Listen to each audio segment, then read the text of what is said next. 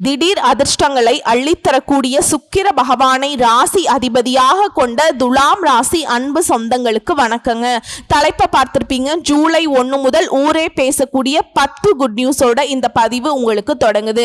So துலாம் ராசியை பொறுத்த வரைக்கும் எடுத்த காரியங்கள் எல்லாமே ஜெயம் பெறும்னு போட்டிருக்கேன். அப்படி எந்தெந்த விஷயங்கள் நமக்கு சாதகமாய் இருக்க போகுது, குறிப்பா இந்த ஆணி மாதத்துல துலாம் ராசிக்கு எந்த மாதிரியான அதிர்ஷ்ட வாய்ப்புகள் கிடைக்கும், இல்ல சாதகம் இல்லாத ஏதாவது விஷயங்கள் இருக்குமா, அதை நான் எப்படி சமாளிக்கணும், இந்த மாதிரி எல்லா எதிர்பார்ப்புகளுக்கும் பதிலோட தான் இந்த பதிவு தொடங்குதுங்க. ஆனா நீங்க பயப்படுற மாதிரி கிடையாது. அதாவது சூரிய பகவான் மிதுன ராசிக்கு பயிற்சியாக கூடிய மாதம் தான் இந்த ஆணி மாதம் இல்லையா? சோ அந்த மாதத்தை பொறுத்த வரைக்கும் துலாம் ராசிக்கு நல்ல நேரம் ஸ்டார்ட் ஆக போகுது. இனி வெற்றிக்கு மேல வெற்றி குவிய போகுதுங்க. அது எப்படிமா, எங்களுக்கெல்லாம் நல்லது நடந்தா இந்த உலகமே அழிஞ்சிரும் போல, நாங்களும் எதிர்பார்த்து ஏமாற்றத்தை மட்டும்தான் பார்த்துட்டு இருக்கோம். நீ சொல்ற மாதிரி ஏதாவது நல்லது நடக்கிறதுக்கு வாய்ப்பு இருக்கா, எங்களுக்கு இருக்கா, கொஞ்சம் தெளிவா சொல்லுன்னு எதிர்பார்ப்பீங்க இல்லையா? அது எப்படின்னா, துலாம் ராசி சித்திரை நட்சத்திரம், சுவாதி நட்சத்திரம், விசாக நட்சத்திரம், 3 நட்சத்திரங்கள் 9 பாதங்களை கொண்டது துலாம் ராசி. ராசியின் அதிபதி சுக்கிரன். இந்த மாதத்துல உங்களுடைய ராசிக்கு வருட கிரகங்களான சனி, ராகு, கேது, குரு எல்லாருமே நல்ல நிலையில இருக்காங்க. அதனால நீங்க நினைச்ச காரியங்கள் எல்லாமே அற்புதமா நடக்கும். இதோட உங்க ராசிநாதன் ராசியையே பார்க்கிறாருங்க. இதையுமே வச்சு பார்க்கிறப்ப அனைத்து விதமான ஏற்றமும் உண்டாகுது, வெற்றி உண்டாகுது. ஏன்னா 7ஆம் இடத்துல இருக்கக்கூடிய சுக்கிரன் உங்க ராசியை சம சப்தமா பார்வையில பார்க்கிறாருங்க. குருவுடைய பார்வையும் இருக்கு. ஜூன் 29ஆம் தேதி வரைக்கும் 2 சுப கிரகமுமே உங்களுக்கு அதீத சுபத்துவத்தை கொடுக்க போறாங்க.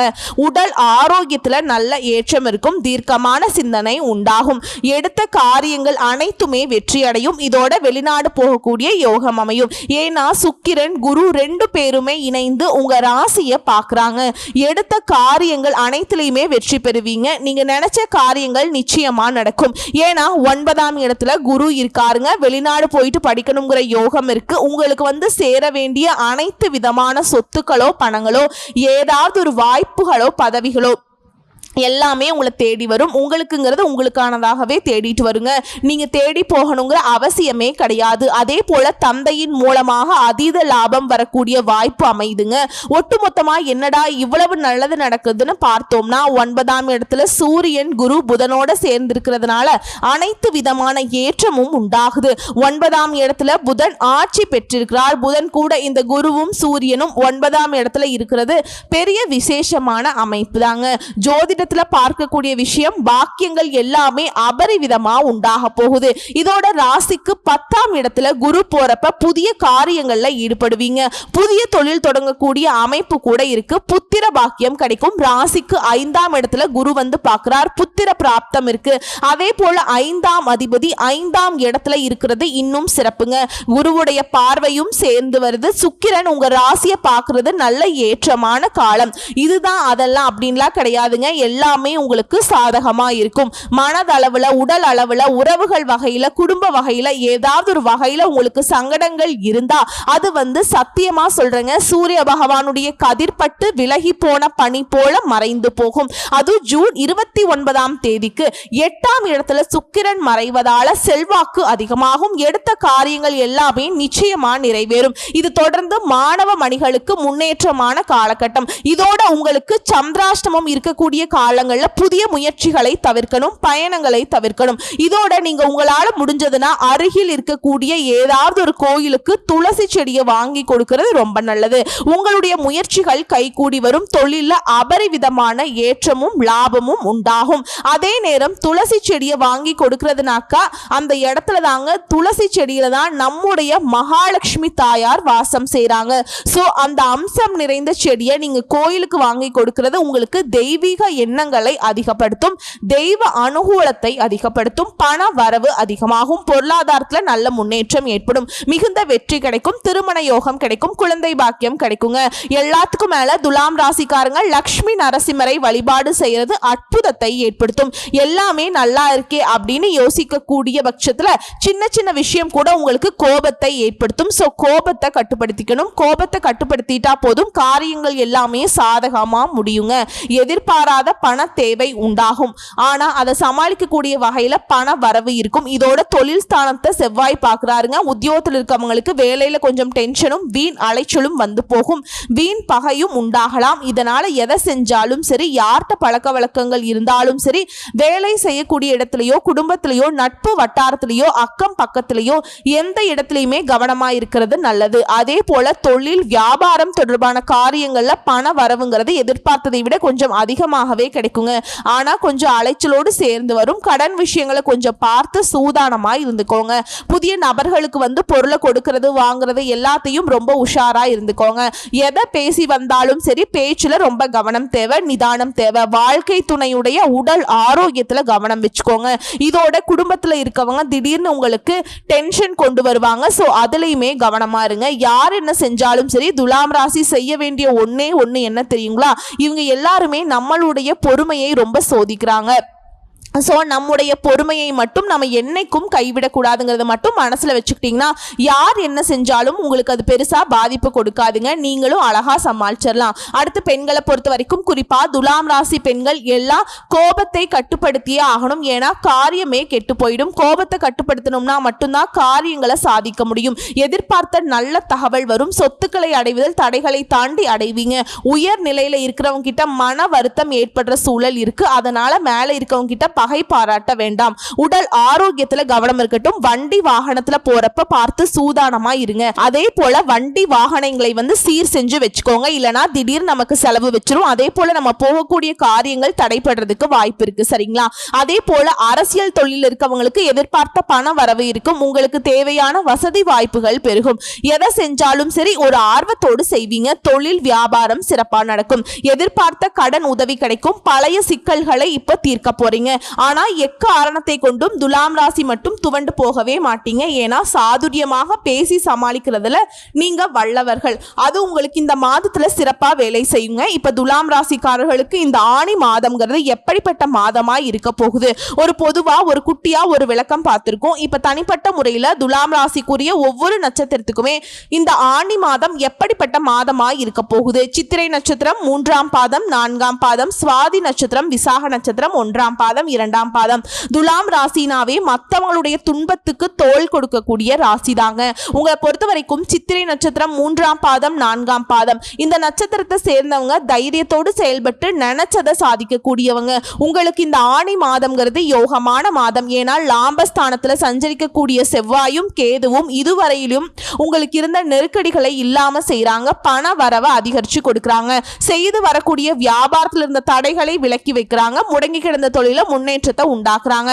பணி ஆட்களை பொறுத்த வரைக்கும் சிறப்பான காலகட்டம். வரவேண்டிய பணம் கைக்கு வரும். விவசாயம், மருத்துவம், கெமிக்கல், உணவு தொழில்கள்ல முன்னேற்றம் பெறுவீங்க. உத்தியோகத்தில் இருக்கவங்களுக்கு எதிர்பார்த்த இடமாற்றம், பதவி உயர்வு கிடைக்கிறது. சேமிப்பு அதிகமாகுது. ஒரு சிலருக்கு புதிய சொத்து சேரும். அதே போல 5ஆம் இடத்துல குருவுடைய பார்வை சஞ்சாரம்ங்கிறது சனி ராகு இவர்களால முயற்சிகள்ல வெற்றி அடைவீங்க.